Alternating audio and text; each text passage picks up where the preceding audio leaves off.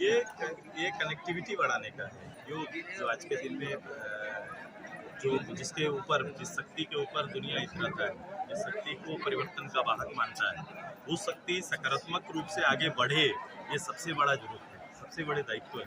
Political लोगों का पहला दायित्व यही से शुरू होता है कि सकारात्मक रूप से अगर इसका पहल किया जाए, ये शक्ति परिणाम बना कर देगी, ये शक्ति भविष्य को निखारेगी।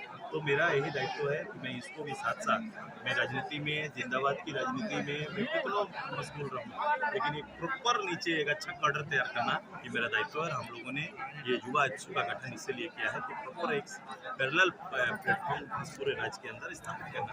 आज गोंदिया में चुनाव के बीच में ही एक छोटा संवाद करके इसकी एक छोटी प्रारंभ हम लोग, छोटा शुरुआत आज हम लोग ने किया। क्या मूल मंत्र?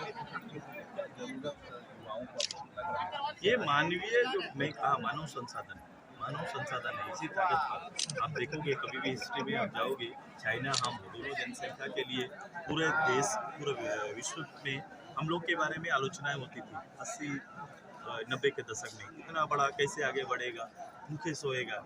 आज देखो समय बदला है, चाइना में डेमोक्रेसी नहीं है, बावजूद उसने उसी का उपयोग करते हुए आज सेकंड इकोनॉमी तैयार किया है। हमारे अंदर डेमोक्रेसी को साथ में लेके, जब 140 करोड़ के सभी को स्वतंत्र विचार हैं, उस विचारों का समावेश करके भी आज हम लोग उस चैलेंज में कहीं ना कहीं 5वां स्थान पर आके खड़े हैं। और आने वाले 47 तक की तैयारी है कि तीसरा शक्ति के रूप में हम आएंगे।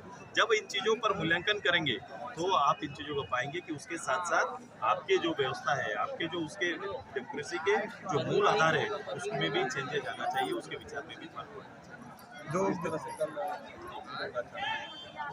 और तो कुछ ध्यान लग रहा है,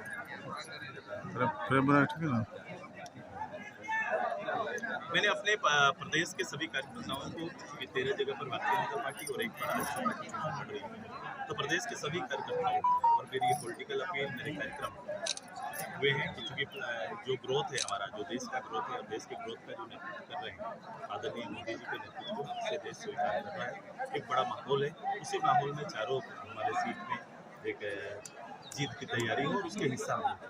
जो विकसित भारत के बाद प्रधानमंत्री का एक गांव का विकास होना भी भारत के विकास का हिस्सा है, तो हम लोग हमेशा इसी को बल देते हैं। मैं हमेशा गांव की सरकार में, मेरा नारा रहा है, आपने देखा होगा। तो गांव, महात्मा गांधी जी ने भी यही कहा था कि भारत के गाँव का विकास, 70% आबादी जिस देश के अंदर गाँव का है, तो गाँव चौपाल में विकास के जब एजेंडे को स्पष्ट रूप से रखा जाएगा और एजेंडे में लोगों को साथ में लिया जाएगा, तब जाके आप परिवर्तन देख पाएंगे। तो परिवर्तन के है कि एक निष्ठा के साथ परिवर्तन होगा जो चौहदी में दिखेगा और एक सीधे गांव चौपाल में दिखेगा।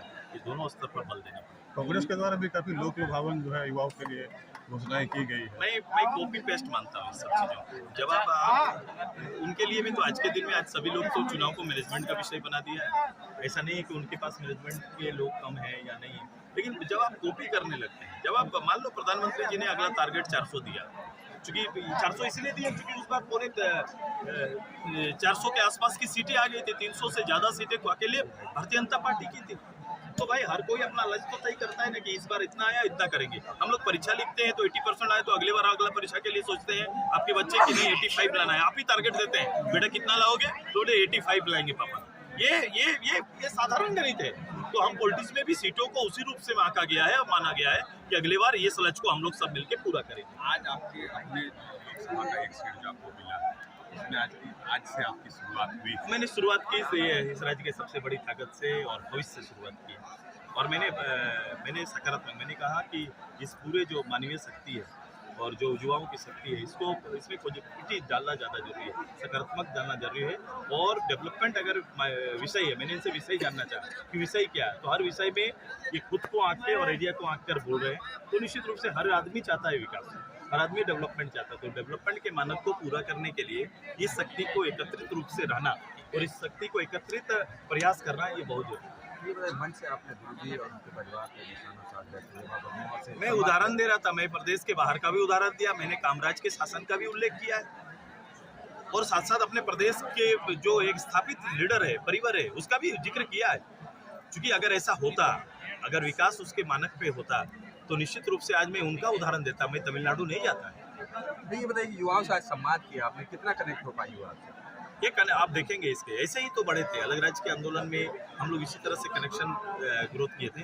मैं जब आप कोई काम अच्छा काम करने के लिए जाएंगे, जब आप कोई भला काम करने जाएंगे तो इसमें बाधाएं बहुत होंगी। तो ये और मैं दोनों उदाहरण दिया, तो इसमें बाधाएं होंगी, इससे पार पाना। लेकिन जब ये आएगा ना तो किसी एकल विकास नहीं होगा, सामूहिक विकास। सर एक बात और रोजगार के लिए बोले हैं, उसके बारे में कुछ सर?